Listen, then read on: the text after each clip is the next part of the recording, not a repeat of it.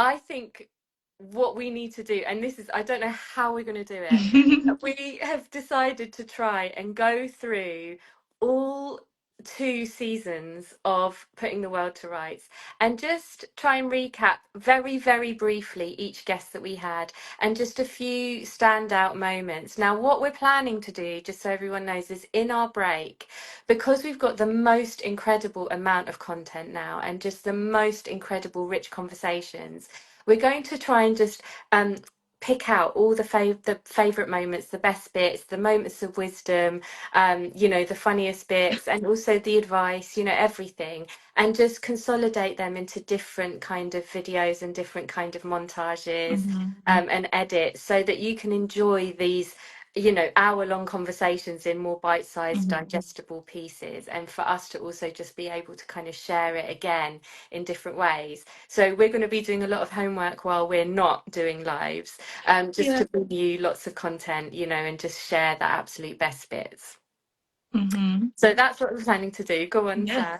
And obviously, we're going to go through every one of the incredible guests that we've had, but we also would love to hear from you who you would like to see on next season. New people, completely new people that maybe even we've not heard of before, will reach out, Yes. and people that you'd maybe like to see return. Anything, Yeah. any kind of segments you'd like, anything. Yeah. So, what we're going to ask you to do then is, while we're going through this, and we're going to leave a bit of time at the end, is for you guys just to use the chat, but also message us it later, just letting us know, who you loved, who you'd like to see back, who you love, who you haven't seen yet. Mhm. Like Sam said, any new segments, anything we haven't covered, anything you'd like us to try. We're really, really keen to evolve this. And also, now you're part of a Book Slag club. So you are officially members of this team, and we really, really want to cater to that, and also just have your creativity and your input as part of this. So as we go 100%. through this, and if it inspires anything, please just let us know in the comments, later on in messages, and we're going to consolidate all of it, and we'll be brazen and we'll reach out to anyone that you might, mention or suggest. So yeah, with no promises, but we're We will ambitious. try. Yeah, we'll try, and we've got a body of work now, and we've had some amazing people say yes to us, so it's given us the confidence, to broaden our horizons. For sure. So where do we start, Sam? Going back to episode 1 ever, who Yeah, was that, Nina? was It it was me? you. It Yeah. was you. That And was really looking back, wonderful. Yeah, my favourite moment from that was hearing the way storytelling's adaptable from obviously your work as like a playwright, not playwright, actor, playwright, like, and how that's like vulnerability is instilled into storytelling for books and how that's transferable. And that's kind of just really beautiful to hear you talk about because obviously that was a big part of your life. This is a big part of your life now. And just hearing how that's progressed was really, really lovely and how it can be transferred for anyone else that might be watching. Um, Also, the authors aren't always full time. And I know I've mentioned that earlier, but that's like a myth I had in my head when I was younger that all authors are rich and famous. They live in like castles and just it's a gorgeous kind of job to have, which it is, but it's not as luxurious all the time. And I think that was such like a kind of myth buster kind of thing to say because yeah, it's a competitive world. yeah, absolutely. But Oh, I thank loved you I so much. loved hearing that from yours. Thank you so much, and thank you all for the comments as well underneath. It really, really means a lot. Yeah, and it was just lovely to share. So who was our second guest after that? I think it was Greg Moss. Greg Moss, the brilliant Greg Moss. And I'm really grateful to him because, we were something brand new, and he took a punt on joining us and saying yes, and being our first guest. So what did you love about Greg's chat? I just loved how prolific he is.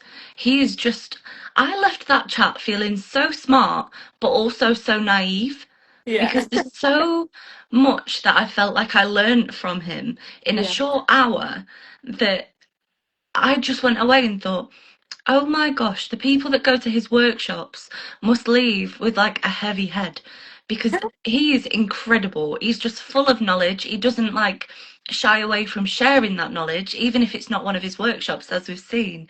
And also the way that he knocks out books, like I couldn't believe the backlist he has.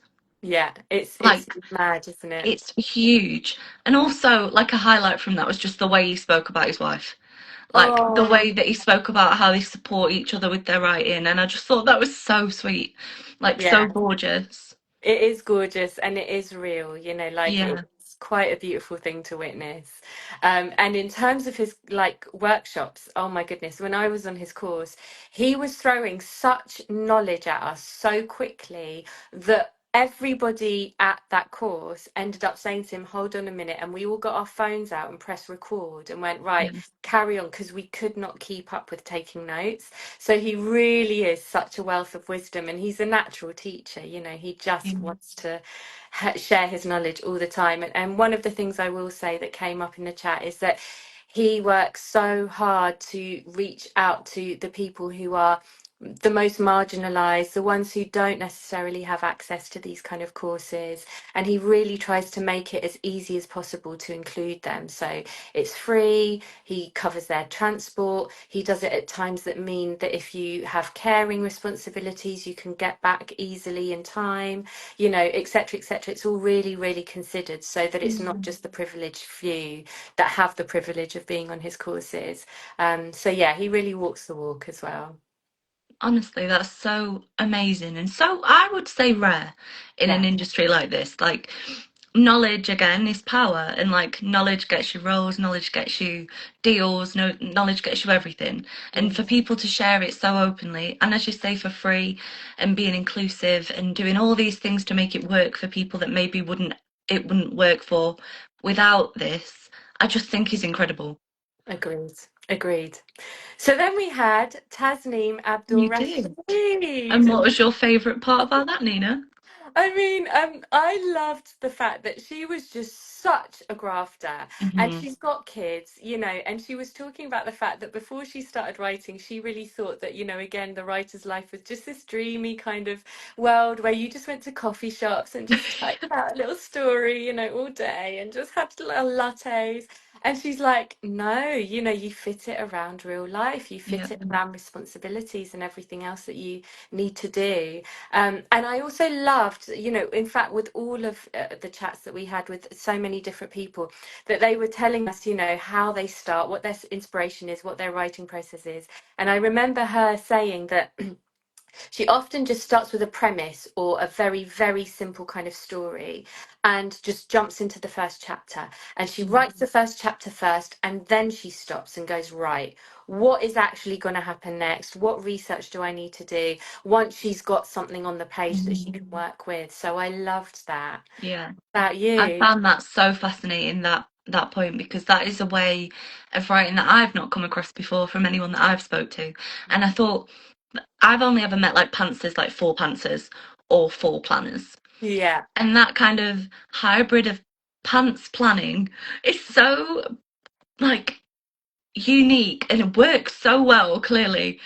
And Yeah. yeah, I just absolutely love that insight into pants planning. Yeah.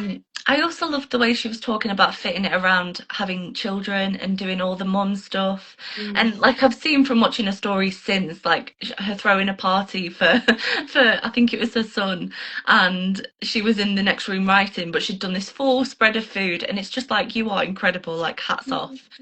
I Oh, also loved how um she was talking about the representation in the media and obviously how she writes for herself instead of writing for other people, but she loves having like that not responsibility, but also yeah, responsibility for other people being seen. And I yeah. think that was gorgeous as well. Agreed, agreed. And yeah, Beck says all the writers have given a different way that they do it, which is Mhm. amazing to hear as an outsider to this world. It's so true, isn't it? But hopefully that means that people feel that there's different ways in, there's no Yeah. right way to do it. And then we had Melissa Cosaquino. Oh Your my goodness, queen. my queen, which was our first transatlantic Oh my conversation as gosh, well. it was.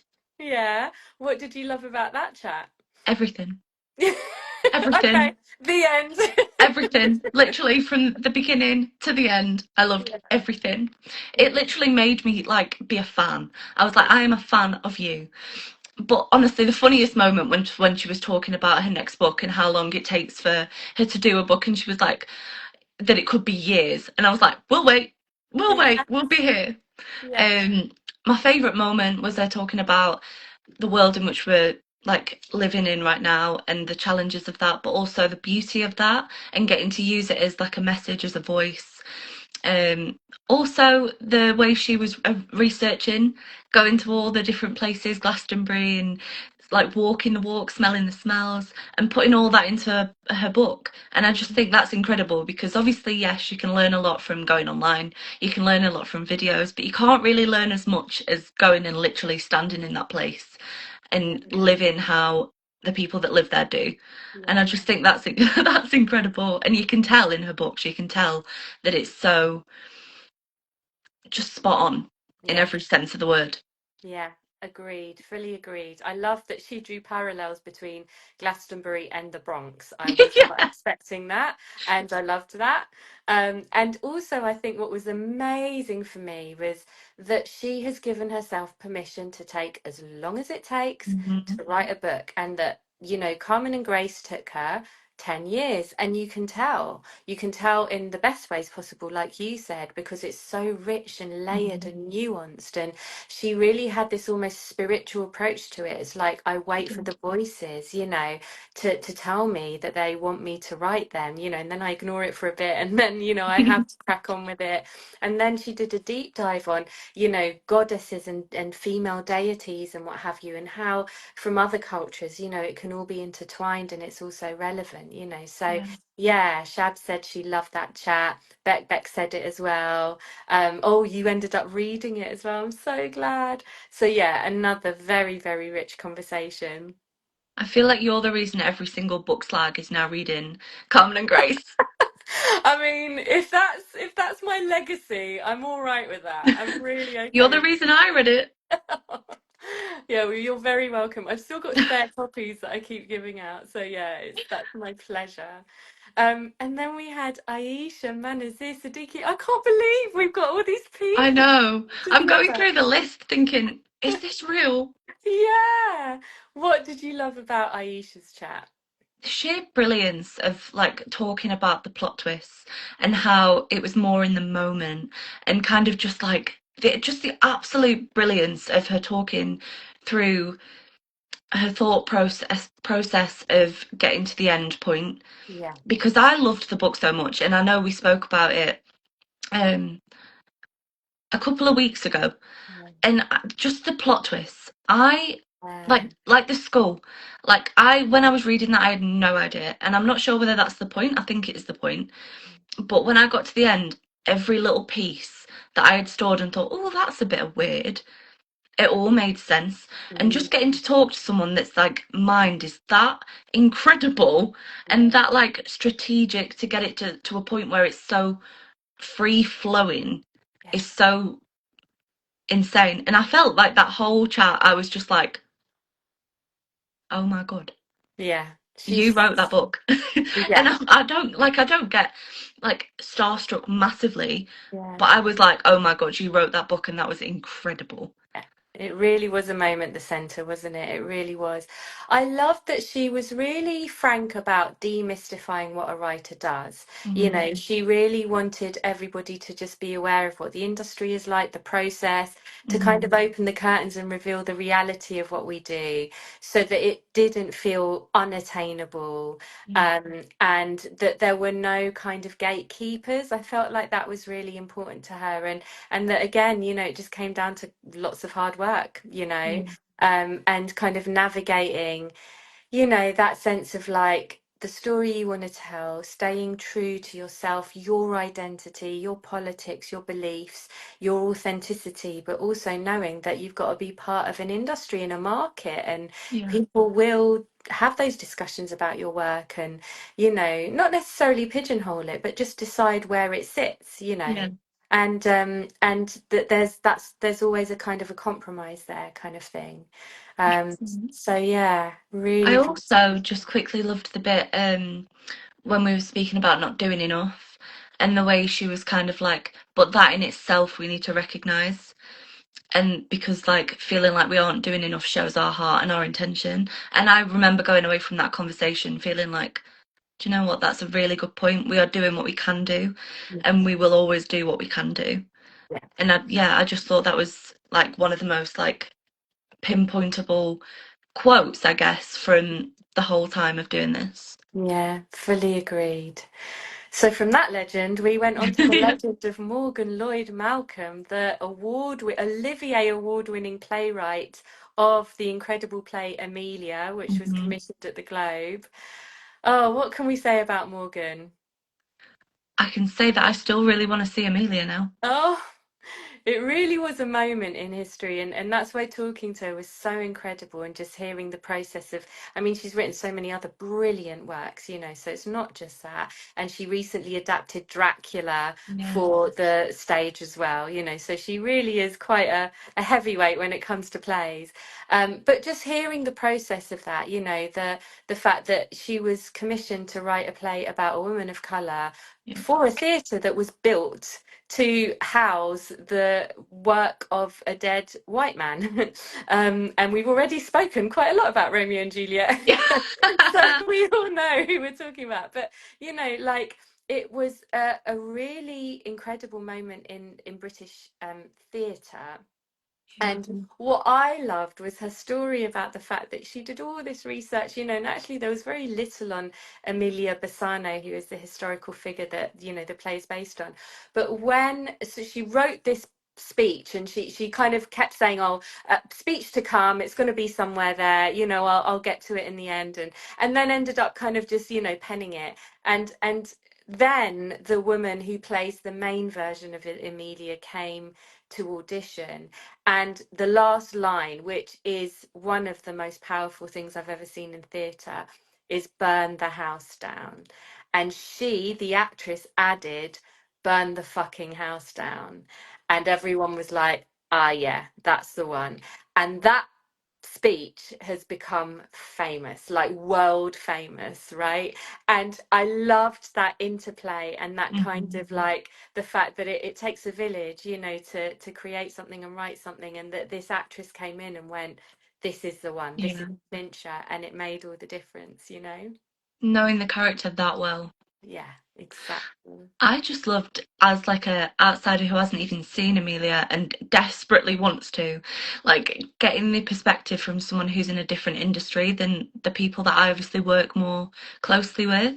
Like getting to hear the storytelling from someone that writes plays rather than writes books. And it's all storytelling, but Yeah, it's also so different. yeah, And I thought that was like that was magical for me because I come from like doing musical theatre.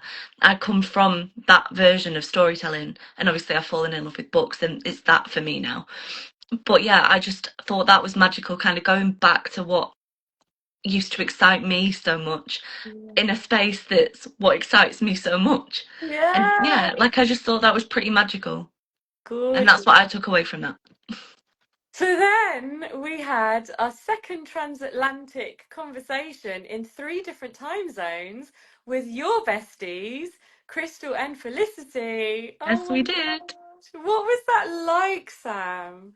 Do you know what? My favourite part of that whole thing was getting to introduce them to you because I know you'd heard me talk about them so much, like rabbit on, and probably post about them a lot. But like you getting to like experience them firsthand Yeah. and kind of hear the whole story and like how we met, what their story's been, was so like it was fun, but it was also really emotional, and I was like, hold it together. But yeah, I loved. Obviously, I knew their story Yeah. before that live, but just getting to see you experience it and like to share you in that kind of circle was so lovely. That was Yeah. my favorite bit. Well, it was just so different to everything else, wasn't it? Because there were Hmm. four of us in the chat, Yeah, and the girls can chat. They really can. Bless them. It was incredible because it was really interesting to hear how they started off and how they kind of figured out their writing process. and how they started off kind of writing a character each and then saying, Hmm. okay, how would your character respond? And then essentially they ended up being in the same document at the same time, going, right, I've written a bit, write the next bit. And yet it reads so coherently, Seamless. like you can't see the changes and the shifts. It's like one person is writing. And what was funny is that in the chat they were finishing each other's sentences off, so one would start and the other would finish, or they would, one would take over, and it was just like, I can see how this works. They do that a lot. I can They've set me a imagine. challenge before. They Mm. have, like, I think I was on FaceTime with them and they said, here's this little bit, see where one of us started and one of us finished. And I couldn't do it. Like, I could not Wow, do it.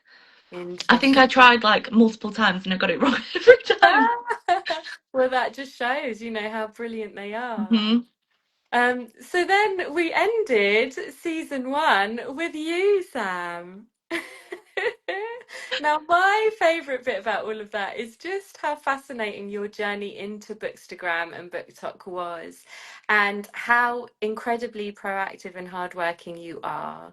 Um, but I guess what was lovely is, that coming after Crystal and Felicity, who spent basically an hour singing your praises anyway, and just explaining to everybody why you were so special to them, and that what they said about you. And I know that Shabs took over in the chat and a few other people in the chat. So we were all kind of singing your praises. But, what they said is that sometimes, you build these kind of relationships online, and often, just because of the nature of the thing that everyone's doing, everyone's promoting themselves and, out to get what they can, Hmm. really. And we're so busy as well, and we're pushing so hard and we're trying to sell something, Hmm. and sometimes it's very rare to meet someone who is just generous for the sake of being generous. And that is you.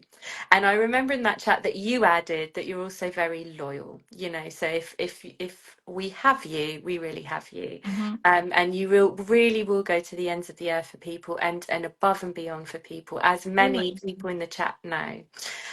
So I really, really loved that. And then just to hear how you started off as a bit of a lurker and a bit of a wallflower, as you Yeah. said. And slowly, slowly, you kind of started finding your niche, and that you tried this kind of color coded matching tabs and annotation, and then this kind of, connecting it with the color palette of the cover design. Hmm. And then all of a sudden, you were just getting these amazing responses, and you've ended up finding your niche, which is just Yeah. gorgeous. My favourite part of the whole thing, and thank you for saying all that, and I'm trying not to cry again. Um, my favourite part about that was just kind of getting to share it, Yeah. because I feel like a lot of what I do is here's the book, here's this, here's that. And a lot of people like did come from the annotating thing and kind of didn't see it when I used to do like the lives and do the talking videos and kind of all that stuff. So a lot of people kind of missed that part, Mm. but like the journey into it. But just kind of getting to share it was really nice and Yeah, just kind of like, oh, I'm a person and an annotator. 100%. 100%. So that was season one. It was. Season two started with the amazing Bill Woods. What could we say about him? For me, it was just really lovely to have another person that started as a book talker. And Yeah. kind of obviously he's a best-selling author now and he's like picked up by a really big publishing house. He's by with Scholastic. And obviously getting to hear kind of the ins and outs of the industry in general, but also how that is helped by having TikTok, by having a BookTok account, what the promotions like, what the media like help is like, obviously because he does a lot of promotion for his own book because he's got such a big platform, but also what it's like to get the help from someone in such a big publishing house, because obviously we've had a lot of people that are self-published or who have self-published, but getting to see both sides of the coin was really interesting for me. Same, yeah. And just to backtrack a minute, Lorna said a lovely thing, which is that Sam's episode was great, a true inspiration. I never knew about annotating before and now use it all the time. This is Oh, you what we guys are love, going to make me cry Lorna. again. This is it exactly. That Thank makes me you, so Sam. happy. Yeah, yeah, honestly, like it means the world. So thank you. What I loved about Bill was his connection to this childlike side of himself and the world, you know. So he was literally inspired by the cartoon Scooby Doo, which I think is absolutely brilliant. And I think is incredibly clever and the reason why he's been so successful. But also just the gorgeous content that he makes with his younger brother. And it feels like the two are kind of connected, you know. There's something that he's We love tapped Ted. into. We love Ted. All the Ted content is just the but he's tapped into something, you know, kind of pure and wholesome that yeah, is just gorgeous. So that's what I loved about it. 100%. I agree wholeheartedly. And then we went on to someone very different, Jessie Elland. Tell us What about can we say Jessie. about Jessie? She's just the most gorgeous human, so eloquent in the way she talks as well. And Yeah. I also found myself drifting because I was like, your accent is incredible. But Yeah. also, my favourite part of the whole thing, and it's so hard to narrow down with Jessie because Yeah. there's so many like things that she said that I either related to or I was like, that is such a fascinating way to see things. But Yeah. my favourite was by far the cover and the story of how that cover came to be because she had the Pinterest board and she had that specific art on her Pinterest board. And then I can't remember who she said came back to her, but they came back to her with the prototype cover with this on it. And I just thought, what are the chances? Because there was Yeah. no coordination, there was no conference or anything. It was just in sync. And I Yeah. thought that was incredible because Yeah. I could not imagine another cover for that book. Agreed. That gave me goosebumps, that Hmm. moment. I was just like, what the shit? But it shows that you can tap into something a bit magical, you know, and Yeah. if you're in the flow and if it's meant to be, you know, just that those moments of magic Hmm. really, really happen. Like I've got so many of those with my own work and stuff, but that was very, very special. I think what I liked in terms of what she said, I mean, first of all, just the exploration of gothic horror, Hmm. body horror, she really went there and you know how you can use those quite extreme kind of genres and themes to explore issues that are relevant to all our lives. Mm. And then on top of that, you know, it's historical fiction as well, and she made the point that doing the research for this historical fiction is great, but at some point that the whole point of it really is to get to a stage where really the human story you're telling crosses the ages and it Yeah. becomes relevant to whatever era you're in. And And I it think did. it did. She did that incredibly well. Yeah. So that was my favorite. Then we had our first books, Blanket and Brew, It which did. was great. Which was wonderful. It was wonderful. There was a lot there. I think that's maybe where the book slags were created. It So was. let's have a moment for the book slags, which we all are now. But then we went on to the amazing Maggie Gates. Oh, I love Maggie. And that made me love her even more. But I loved specifically hearing how tropes are such a big part for her. Yes. Because obviously, like we've said and we said earlier, we've had quite a lot of discussion on tropes and how they're marketable and how that helps like promote your book. But hearing how she uses them to also make her like long-standing fans like happy, like how she takes like Instagram stories is like, what would you like to see next? And Yeah. I've seen it myself. People have said like marriage of convenience and things like that, and now she's doing one. So she kind of takes it on board and really like listens to what the people who are reading her books and the people that support her say. And I find that gorgeous, and what she said about that was gorgeous. Also, just the insight into how creating interconnected standalones is possible because she is like the queen of Easter eggs in books. She is the queen of it. So just getting like some insight into how she plans that and puts it all together and keeps all of this magical, huge, a million book long like Easter eggs. Just brilliant. Incredible. I love it. It's so fun and playful as well. I mean, it's so Yeah. intelligent, you know, but really, really fun. I agree with you. I was really interested in her take on tropes and how she, you know, just uses that as a challenge almost Hmm. to write something new. I loved her kind of talking briefly about her experience of co-writing with her husband. which was very successful and really good, but something she said she probably wouldn't repeat. And also just the importance of the writing community. You know, she Yeah. said sometimes like, you know, they name characters after each other or get them to name characters for each other's work and stuff. And just the support, you know, I thought between them was just so gorgeous. Yeah. I loved how they called it like M3 because it's Maggie, Mandy, and Michaela. I thought that was gorgeous. Yeah, really nice. And following from that, we had the amazing Balvinda Sopal. We did. And what was Now, your favourite moment? God, well, I mean, Belle's a really good friend. She's like a sister, really, and so it was very emotional for me to have her on. And you know, she has been on such an incredible journey. She's had the most incredible year.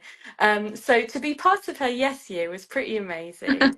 And you know, we have such profound, deep chats anyway, you know, but to share it with everybody was just so gorgeous. And I think there was so much, you know, that she said, and she also brought up the fact that it feels often that we're not doing enough in the world. You know, she is someone who Yeah. tries to do as much as she can with the platform that she has, but also that Bal's Bookstagram was created because she wanted to kind of maintain a part of herself that was separate to the celebrity, you know, Mm. that was evolving.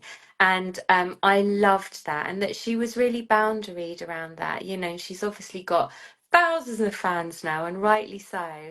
But the bookstagram and the reading and the chat about books, you know, something different, and it's sacred and it's separate, and you know, she wants people to respect that, and I thought that was gorgeous. I agree with that. And I think the way she's done that is so perfect because everything is so book revolved. The comments, when you look, they're all book revolved. Just everything is really revolving around books, and she's managed to create such a safe, beautiful community. And I really admire that as like someone who loves books. And just yeah, I thought that was gorgeous. But the funniest moment, because we've got to do a funniest moment, was the impromptu disco at the beginning. Just With the lights. absolutely, just I wanted to dance. Just I got the feeling she turned up in her pajamas with her little light show. Yeah, it was a vibe in itself, wasn't literally like a silent disco. it?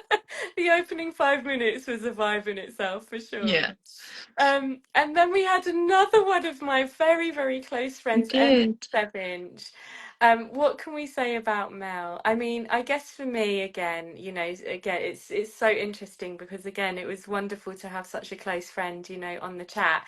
But she has been on such a journey. You know, she comes from a very working class family that didn't necessarily have books around, and she has discovered them, you know, later on in life, and become a writer, become a writing workshop facilitator. You know, she runs a book club, and that she writes about her community, you know, and it's the working class immigrant community of East London who came over to work in the garment factories in East London. And she was so proud of that and so eloquent about what that identity and those stories meant and what it meant to preserve them for the Yeah. different generations, you know. And I absolutely loved that. It brought me to tears. Yeah, I agree completely with that again. And just getting to discuss stories and how they shape who we are and how they shape who what our history is and just all of that because stories are like intrinsic to this whole thing, but there's so many different variations of stories and I feel like we're covering different ones at different times and like yes the book stories but also who we are, that's a story. And I feel Mm. like I'm so excited to read Mel's book from everything I've heard about with More Than a Bundle or Bundle of Joy because you know I I'm just just laid so that one. excited because Yeah. I went on such a journey going down More Than a Bundle stories page and just reading all the gorgeous stories and just immersing myself in that. And I got carried away because I was like, I'll read a few and you know, like I'll get a sense of what this project is. But I just got so carried away and I thought it's a like incredible thing to do. And it's literally like making history because you are preserving that for everybody else. Agreed. Yeah, really well put. And finally, we had Rob. Valentine, the king of audio, someone very, very prolific, also a good friend now. And Rob has really made his name in, yeah, just audio drama. So he has adapted many books. He's about to be on the team that is adapting the Young Bond series. And he also works across the Doctor Who stratosphere as well. And he's also such a generous person. So it was just wonderful, first of all, to talk to someone from that world, Yeah. and just get a sense of, how you create story through sound, really, and soundscape, and how that's really different to any other medium. But what I loved is that he talked about how his original kind of inspiration and introduction to books was just through story time when he was a kid, Mm. just sitting on a carpet listening to the teacher tell a story, or at bedtime with his parents. And that's so important, isn't it, to honor that as well, because that's, for many of us, where it all started. Yeah, 100%. I absolutely loved the way he was so willing to share and debunk like industry myths as well. But the funniest moment, and something that I spent ages thinking about afterwards, was the fact that I realised escapism isn't real. I went away from that conversation and I sat there and I really did just like click off the live and I thought, oh my God. It was one of them Okay. moments where you just kind of like, because it isn't real. Like escapism isn't real. It's a real thing. Like obviously we can escape into something, but it's Yeah. not real. And I was just kind of sat there, like I felt like hi. Like I just kind of just what? Like Ah, there you go. A moment of clarity for you. I love yeah, that. An epiphany. Brilliant. yeah. Like I was just like, because obviously he said it a couple of times. And the first time I was like, and then the second time I was like, wait, what? Brilliant. There you go. Rob is responsible for so many of those moments for so many of us, I think. It's just amazing. I really went away and I was like, what a man. Yeah. Yeah, and also a grafter, very Yeah, prolific. So, I mean, that is a whirlwind tour of the it last two is. seasons. There is so much more we could have It said, doesn't even scratch the surface. really doesn't, so we are going to try and just consolidate so much of it because it's so rich and we want to share it with you again in different ways. And we've gone over time, so probably we'll leave it there. But we really, really, really want to hear from you. We do. So please get in touch with us, and we'll do a few videos as well, just inviting you, to share your ideas and comments for next season, because we're really, really keen to keep evolving this, and you're such an important part of it. So thank you, 100%. those of you who have stayed with us this long, even though we've kind of gone over tonight. So sorry. Yeah, sorry, there was just so much to fit in, and just hopefully it was as rich and, yeah, enjoyable as we found it. Sam, thank you for 16 hours of No. incredible chat. It's been Thank you for 16 hours of incredible chat. I've had the best time so far. Every expectation has been surpassed. Every hope has been like surpassed. Just, I'm brilliant. loving what we've created so far. Agreed. And thank you, all of you in the chat. Honestly, you guys are so generous. We can't keep up with your messages, but we really read and see every one of Yeah. you. And, and I think I want to end on just saying that it's a bloody tough time for a lot of us, and this has really been such a tonic. Every week, I'm like, oh God, have I got the energy to do it? And it flies by. And, I could carry on chatting for hours. Yeah. So thank you all for being a part of that. And I hope it's been a bit of a tonic for all of you as well. I couldn't have said it better. All Exactly. right. Well, until next time, look after yourselves. Keep reading, everybody. Thank you again. Please join in with all the content that we're going to be sharing in the next few weeks. And And I will put a question box up in case anyone wants to put any suggestions in it. perfect. There you go. Sam's always got the solution. And see you all very, very soon. Very, very soon. Bye, guys.